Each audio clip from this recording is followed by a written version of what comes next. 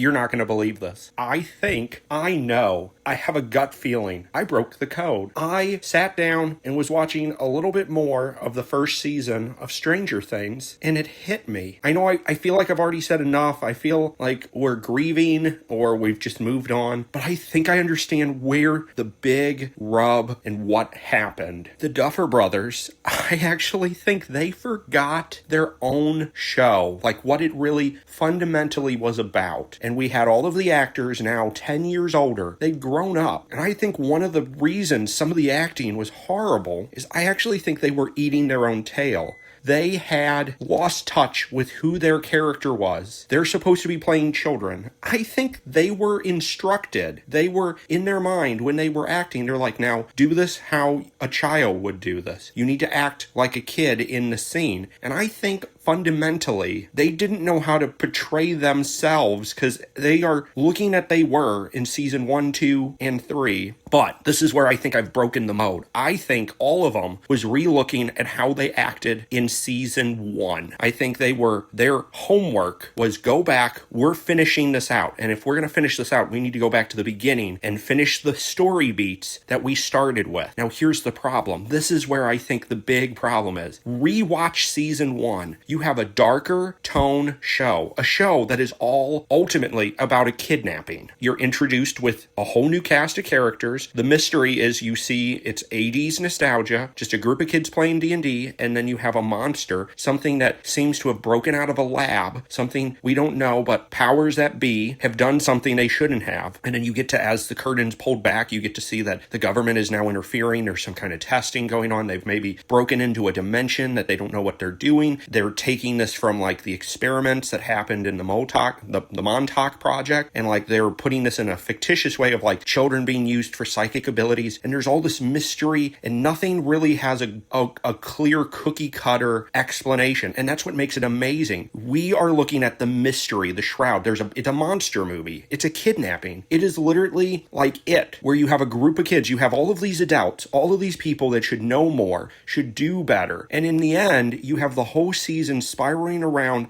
how important these children are and how one of the children even has more abilities. They're actually one of the experiments. And you see that they are the only thing that possibly, with the help of being, because they're on the border, they could definitely lose their humanity. Their experiment and their harsh treatment and dehumanization could have pushed her to be a monster herself. And so you see that it's these children and them becoming friends. Friends don't lie. And learning how to be a human. You get this where Elle is trying to learn to be more, to not be a monster, and how that is this epitome of good versus evil on top of a story about finding a missing kid. All right, so why do I think I figured it out? What is season 5 about? Is it about all of the established characters we have? No. Fundamentally, who is the main focus of this entire season? Holly Wheeler. Who the heck is Holly Wheeler? She's always been a character in the background, an NPC. No offense, Holly.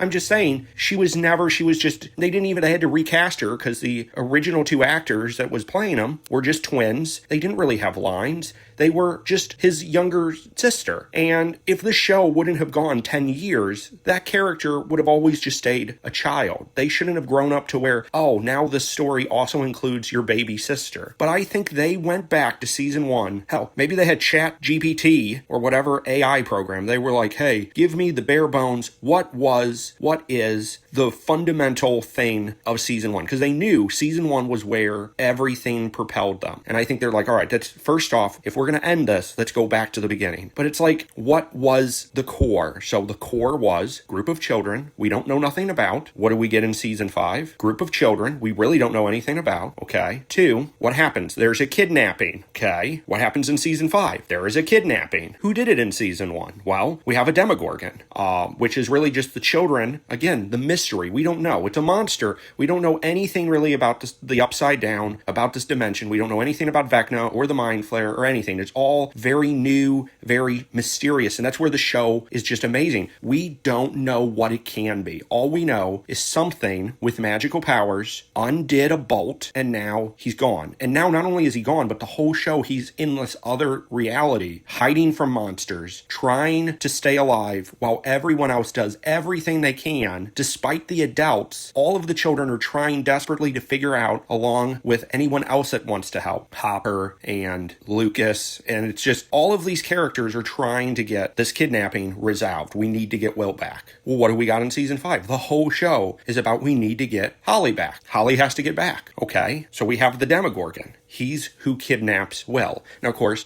we've muddied the water. Now that we've gone a couple seasons in, we now know that it was really Vecna sending a Demogorgon. It wasn't just like this random, like, we now know a little bit more of why he took him. But we're just talking about looking at season 1. So Will's kidnapped by a Demogorgon. So Holly's got to be taken. So how is Holly taken? A Demogorgon. Okay. Well, we know stuff about Demogorgons now. So retrying to capture season 1 and season 5, they have to now do it different. So how do we have Holly getting caught? A Demogorgon just randomly shows up at their house, and now Mrs. Wheeler has to stand in the way because now, they're like, well, we need to give her a little bit more because, she's been here since season 1, so we're retrying to do the same thing we did in season 1, but now there's more baggage. There's more baggage to go along with this because now we also have actors that they kind of want their, I would imagine she wanted a bigger part. She has been diligently staying as Mrs. Wheeler for 10 years. That actor wanted probably a little bit more screen time, and even if it wasn't the actor that wanted it, maybe they were like, well, this is going to be the end. Let's actually have Mrs. Wheeler be not just an NPC, but let's have her actually stand up for her daughter,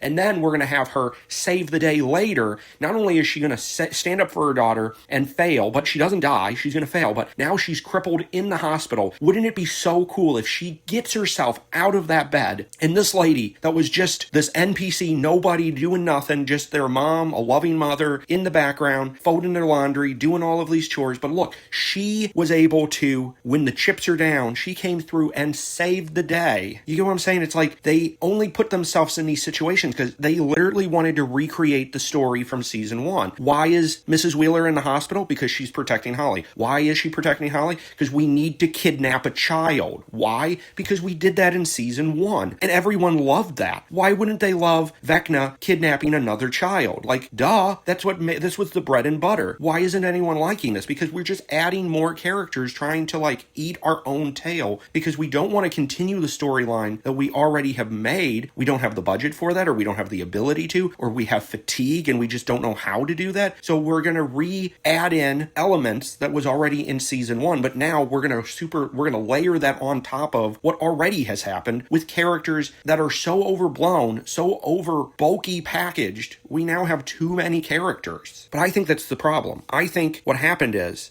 they looked at season 1 and then said, how do we bring season 1's energy back into the finale so that it has a full circle? And they already had this ideal. They wanted the ideal of the ending. And I loved the touching ending of how Mike leaves the basement and you see the next generation of D&D players with his sister and all of the other kids, or some of the kids that are down in there. And I thought that was a nice thing, but you can see where the focus was. I think they had that ideal in their head. This is what we want at the end. How do we make that happen? And they sacrificed natural transitions of how characters and how the story should have went because they wanted this cookie cutter ending. And they're like, well, we want this next generation in there. And the show has always been about kids, but now all of our kids are grown up. So since we didn't get to do this the way we should have, and now that it's been 10 years to do 5 seasons, how about we just bring in a whole new cast of kids so that we can bring the show back to what it was. Season 1 was about a whole bunch of children with all of these adults running around not knowing what they're doing. And so they superimposed that, and then at the same time was trying to finish off all of these other threads of certain storylines. They needed to just wrap it all up. In season 4, they had already introduced how they didn't think Nancy wanted to be with Jonathan anymore, and then they're like, okay, well, let's just make a scene. They had something, let's make a scene, and then let's just shove it in there. Nothing felt natural. They established from season 1, Will probably didn't like girls. We had seen the writing in the wall. So what they do? They waited and never did it. They did, like, in season 4, you kind of see some hints at it, but they didn't want to commit, so then now we get the last season. It's over. We're done. We just got to tack that in somewhere. How do we do that? And I think there was too much tacking in and not enough worrying about telling the original story. The show thrived on the mysterious and on the not knowing, and I find it, and I don't think this is the only show that's doing this, but we've come into a situation where, like, shows are good because of mystery and of not knowing, and having bad guys that are not completely defined, where we can get these fan theories and all these wild concoctions of what it could be, that is what makes something grand. But you can't name it. Evils are hard to stay super aggressively scary once they're named. If you make your bad guy have his backstory revealed, and I'm not saying you shouldn't, in some case, reveal some stuff, because then you're just teasing your audience with never having an answer. But we knew the Mind Flayer is this, like, ancient creature, smoke monster from another dimension. He's alien. He's not supposed to ever really be understood. Some motivations, sure. But I think we're now at a point where, especially in this show, they want to, like, explain everything. Everything needs to be over-explained to the point that it loses that original thing. If everyone is information dumping us what we're seeing, how can I be scared? How is this scary? This is like just sci-fi.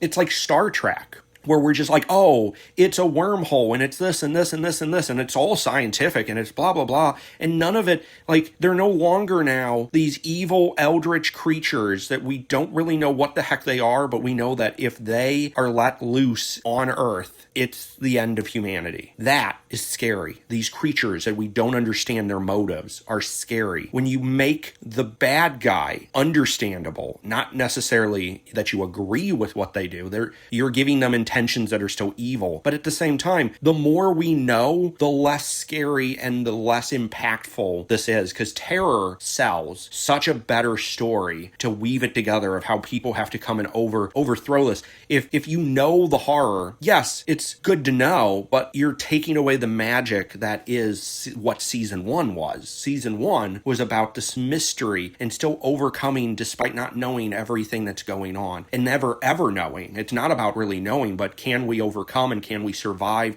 and then how do we pick up the pieces afterwards? But that was my big reveal that I thought about today, and I don't know. This is just a laundry list of just other shows. Like, I get invested in shows, and, you know, this was 10 years waiting for such a big payoff. And in the end, it's like, I think I just want to retell the story my own way, which is not what the whole point is. I wanted why couldn't you just tell a good story? And it's just getting to where it's hard finding a show that will take you all the way to the end and leave you in a happy place. You always end up getting to the end and going, man, what it could have been is what it's not. And we didn't get what we wanted. Not to say that it should be about what we want, because everyone has different hopes, and everybody is going to look for a slightly different ending. And I know creators can't just follow the whims of fans. They need to tell their own story. But I just feel like they wasn't telling their own story. I felt they cheated us and themselves and said, well, what did we do in season 1? Let's do that again, and then we'll tack everything else on. And I know they did it with love, with passion, but I think they had fatigue. I think they were ready to move on, and I think that's why everybody is upset, because they didn't give it their all. They just gave it what they needed to. They were fatigued. They were done. And so we're just going to have to